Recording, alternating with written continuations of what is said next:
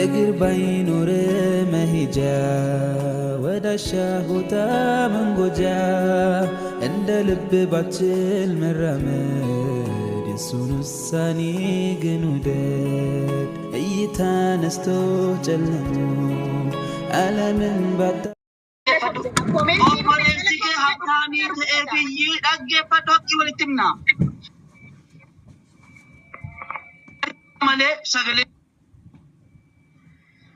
Let's go. Ijoollee warra as jedhe jirtan hundi keessaniyyuu jechuudha. Mubee galatoomii jecha mubee galatoomii jedhu isinirraa arguu barbaada. Koomentii jalatti namni 500 as jirtan kuni jechuudha. Maaliif sagantaa keenya jeeqaa waan ta'eef maammeen sana obboleessa kooti. Hin beektanii keessattuu ijoolleen biyya Arabaas taatanii ijoolleen Liibiyaattis waan inni godhee dhukkubsataa inni baatee duddatti baatee gargaarsisaa ture gargaarsisaa ture hin beektanii hundi keessanuu mubee galatoomii jecha jedhu barreessa kan ammoo yeroon siniin jedhu mikinyaata isaa immoo inshaallah hadha sun taanee borbartu. Mikinyaata isaa guyyaa hadhaa qofa naa ibsaa borkamis inshaallah borbartu jechuudha. Inaaftuun gubattuun qinaataamiin namni inni kaan inni haasidummaadhaa fi hin jennu minaamin jettanu mubee thank you jecha jedhu qofa koomentii kana jalatti argaa kun immoo dhugaa jirtudha malee soba miti isinuu hin beektu jechuudha waan obboleetti isaa ta'eefi miti sagantaan kun waggaa lammaffaan isaa bori waggaan isaa hundi keessan mubee thank you jedha namni tokko guyyaa tokko jechuudha mubee ko akkasin ta'e jettanii jennaan dhugumatti isinii dhaqqabee jiraannaan obboleessa keetii dhaqqabnaan ijoollee Saa'udiitti hidhamteef sagalee ta'eera taanaan itti amanta taanaan jechuudha boo'ee mimmaan buusee namaaf jecha jechuudha dhugumatti mubeen onnee isaarraa garaa laafee intini jedheera taanaan gargaareera jettee itti amanta taanaan mubee thank you jedhiini. Kun immoo jecha afaaniin ati mubee galatoomi jettudha.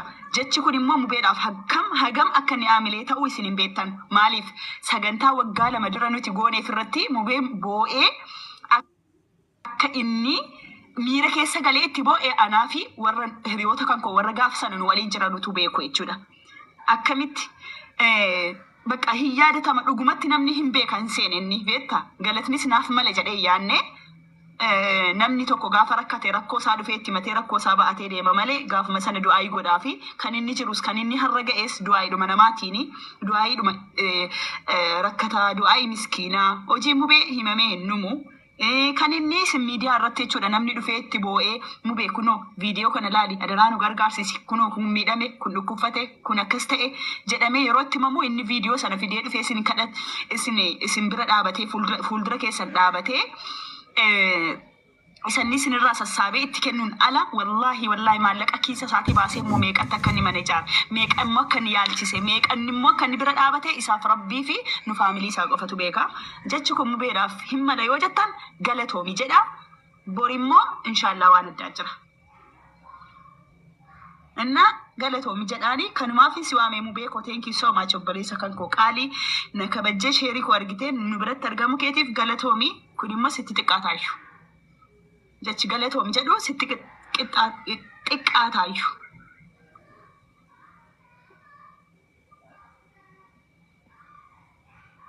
Yaada yoo qabaattan immoo kennadha.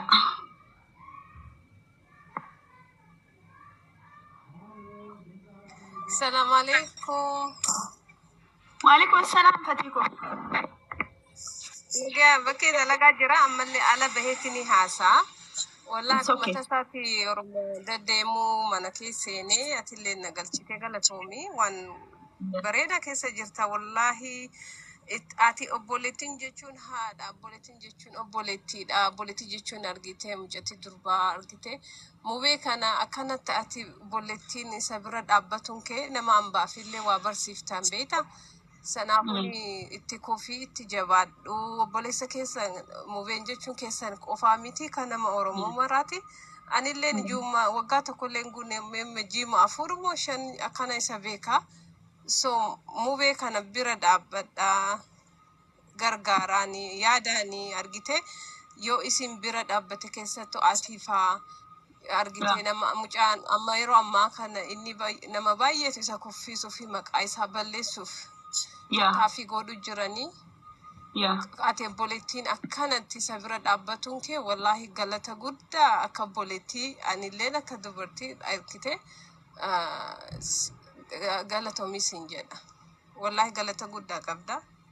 Yaa wallaahi Obboleettii kufee yoo obboleettii kufee obboleettiitu ol kaasa. Obboleettiin jechuun waan baay'eedha. Kanaafuu galatoomii nu duuba kana hin dhageenna waa'ee mubee kana kaleen gaddallee waan dalagamutti irra jirullee ani quba qabaa hin beeyna beekaan callisuu jirra. So ati obboleettii tiyya jabaadhu nulleen si bira jira baga gooteellee ammallee itti kufi ani amma dalagaa jira miyuutii godhee si dhageeffadha. Itti kufi obboleettii tiyya galatoomii.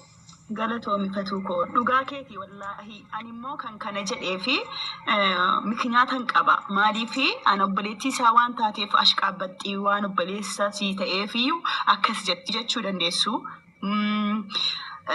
Rakkoo miti garuu an miknyaatan qaba miknyaanni an qabu maali ani yeroo mubaarak akkasanatti sa'aa 24 laayivii irra taa'ee ijjisaa kun jalli yeroo irriba dhabe mubeen argitaniitu yoo ta'eef ijjisaa jalatti gurraacha ejjisaa jalli mubee ijji kee jalli gurraacha irriba rafaan jirtu rabbi hedheetu fiifuu dhukkuba sukkaaraa qabda rafi minaamin yeroo nan jedhuuni antini jedha beektu nan dhagahu ture bakka dhiisi maal fayyadamta ammas immoo an miira keessan galaan dafee nama aaruudha dafeen dhiisa malee dafee nama aaruudha mubee ati obsa qabda ba'uuzi billaa maaliif atoo kana kaleessa nama gargaartee dheengadda nama gargaartee eekilee akkasitti gargaarsee amma immoo miknyaatuma xiqqoo tokko yeroo argatan maaliif siin itti gaafatammaa godhanii si arrabsu namni maa si arrabsa yeroo jedhu yeroo namni sitti garagalee arrabsu nan aarab ture yeroo ijji kan keessi dhumate kunoo jallisaa si gurraacha dhiisii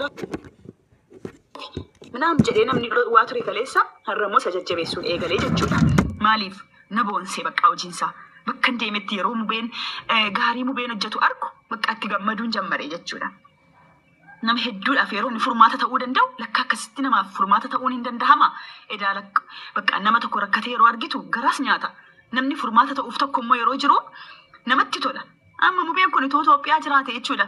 Akka mucaan dheengadda jechuudha. Profeesarii maani paastarii Abinnat moo maal jettan sun waamamee nama gargaaree nama gargaarsisuuni jedhamee awwaardiin waancaan shallamamee akkatti namni silaa mubeen kun Itoophiyaa jiraate silaa akkas awwaardiin shallamamee makiinaan shallamamee maal jedhamaan maal qabaree nuti immoo guyyaa tokko jechuudha onlaayinii umarratti sagantaa qabnee fi galatoomii mubee yoo jenneen rakkoo qaba.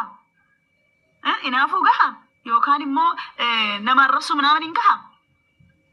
Osoo immoo bakka biraa ta'e osoo biyya addunyaa biyya guddaa minaamin ta'e sila zeeginnati hundi kennitiif jechuudha. Wallaahi tola ooltummaa nama gaarii akkasiitiin hin jajjabeessiti jechuudha. Garuun immoo galatoomii jechuun nutti ulfaannaan kan arrabsu hin jira, kan qeequ hin jira, kan shira meeqa xaxu hin jira, kan duuba deemee jechuudha. Maqaa meeqa isaaf kennu hin jira, isa kuffisuuf irratti hojjetu hin jira jechuudha. Sun akkuma jirutti ta'e galatoomiin immoo maal nutti qannasa? Mee barreeffamaan illee taatu mubee galatoomi jechuun yookiin immoo mubee teenkiw jechuun mee maal nurraa waan hir'isu qaba? Hin hir'isu. Saniif inni iyyuu mubee galatoomii jettu kana barreessaa siniin jedhe sila. Suurattii kanatu na yaadachiiste jechuudha. Suuraan kun waggaa 2 ga'e. Waggaa 2 dura nuti sagantaa goonee manatti qopheessinee fi sapiraayis goonee mubee galatoomii jennee ni jirra. Isinis galatoomii jedhaanii mubee atoo maal sitti dhaga'ame waan kana si yaadachiisuu kootiif yoo jiraatte yoo siif mijata ta'e bakka mijataa yoo jiraatte.